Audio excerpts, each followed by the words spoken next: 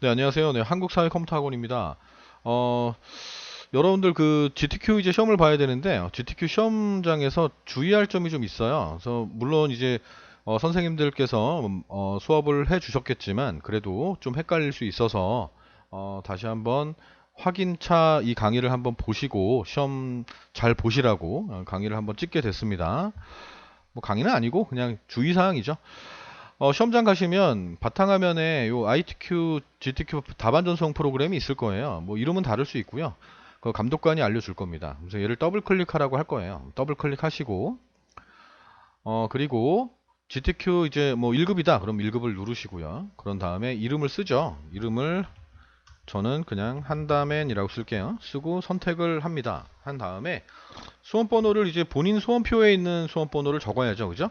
학원에서 맨날 1, 2, 3, 4 썼다고 시험장에서도 1, 2, 3, 4 쓰면 어이가 없어요. 그죠? 그런 학생이 있었던 기억이 있는데 그러면 안 되고 수험표에 있는 걸 적으셔야 돼요. 그런 다음에 시험 보는 거를 적어 주시면 됩니다. 과목을. 그다음에 확인을 누를게요. 그럼 얘가 뜨겠죠. 그죠? 뜨면 이제 그 포토샵을 띄웁니다. 띄우는데 그 시험장에서는 초기화돼 있어요. 그러니까 학원에서처럼 다 설정이 돼 있는 게 아니라 초기화돼 있을 거예요. 그래서 우리가 보던 팔레트가 안 보이는 경우가 있거든요. 그러면 얘를 눌러서 이건 CS4 버전 으로 시험 보시는 분들을 위한 거예요. 그래서 베이직을 눌러서 이센셜로 해놓으세요. 해놓으시고 만약에 했는데 이렇게 돼 있다? 그러면 이거 누르면 돼요. 뭐 당황하지 마시고. 그리고 우리가 이제 연습할 때 많이 썼던 팔레트가 보이는데 얘는 우리가 쓰지 않았었거든요. 그러니까 얘는 그냥 자리만 차지하니까 아무데나 요 버튼에 오른쪽 버튼 누르고 클로스 탭 그룹을 하세요. 이렇게 하신 다음에 요 히스토리가 있어야 되는데 없잖아요. 그죠? 그러면 윈도우에 들어가시면 히스토리가 있을 거예요. 그래서 이렇게 나오게 만드시고 좀 키우세요. 이렇게요. 그런 다음에 에디트에 지금 이 하는 과정은 그 시험장에서 아마 얘기할 거예요. 마우스나 키보드가 잘 되는지 확인해 보라고 할 거예요. 뭐 그럴 때 한번 포토샵 이거 CS4 띄워가지고 하시면 돼요. 지금 제가 하는 과정을. 그래서 에디트 가셔가지고 맨 밑에 프리퍼런스라는 게 있어요. 환경 설정인데 여기 가셔서 인터페이스를 가세요. 가신 다음에 여기에 지금 오픈 도큐먼트 앱 뭐 탭이라고 돼 있어요. 이거 체크가 돼 있거든요. 기본 설정에서는 이게 체크가 돼 있으면은 우리가 그 새로운 문서를 열거나 이렇게 열면 탭으로 열려요. 또는 내가 어떤 그림을 가져올 때도 이걸 가져올까요? 가져올 때도 그림 가져올 때는 라이브러리의 문서에 가시면 GTQ에 요 이미지 안에 그림이 있어요. 여러분들 시험 보시는 게. 그래서 하나를 이렇게 열어서 열기를 하면 이렇게 뭐 나오게 되죠. 근데 탭으로 열린단 말이에요. 물론 얘를 끌고 내리면 되거든요. 내리면 되는데 계속 할 때마다 내리는 경우가 되게 불편하고요.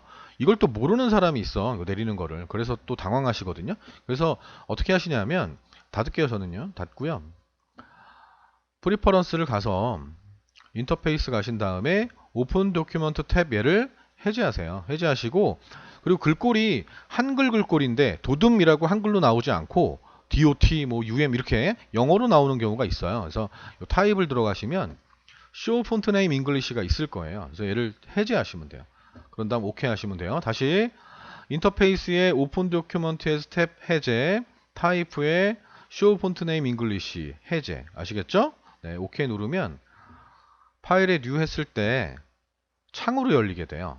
창으로 열리잖아요. 그죠? 눈금자가 없네. 눈금자 나오게 해야죠. 컨트롤 누르고 R 하시면 되죠. 그리고 여기에 눈금자 단위가 인치로 되어 있는 경우가 있어요. 시험지는 픽셀로 되어 있는데 그러면 얘를 오른쪽 눌러서 픽셀로 바꿔 놓으시면 됩니다. 그리고 또 이제 확인하실 게 뭐냐면 요거 커스텀 쉐이프 툴이에요. 뭐 물론 뭐 이렇게 돼 있었을 수도 있어요. 얘를 누르고 계시면 얘가 나올 거예요. 아니면 얘 눌러도 되고. 그럼 얘 누르면은 몇 개 없는 경우가 있어요. 몇 개 없으면 감독관한테 이거 없는데요 이렇게 얘기해도 안 알려준다는 거예요. 그래서 얘를 눌러서 올 하시면 됩니다. 이렇게 올. 그럼 다 나오게 되겠죠? 지금 이건 해상도가 좀 떨어져서 이거 작은 건데도 좀 크게 보이는데 시험장에선 꽤 작게 보일 거예요. 그럼 라지로 해서 큼직큼직하게 보시길 바라겠습니다. 이렇게 하면 그냥 끝나게 되는 거고 이제 시험 보실 때 이제 새로운 문서를 열었잖아요. 저 이거 잠깐 이렇게 해놓을게요.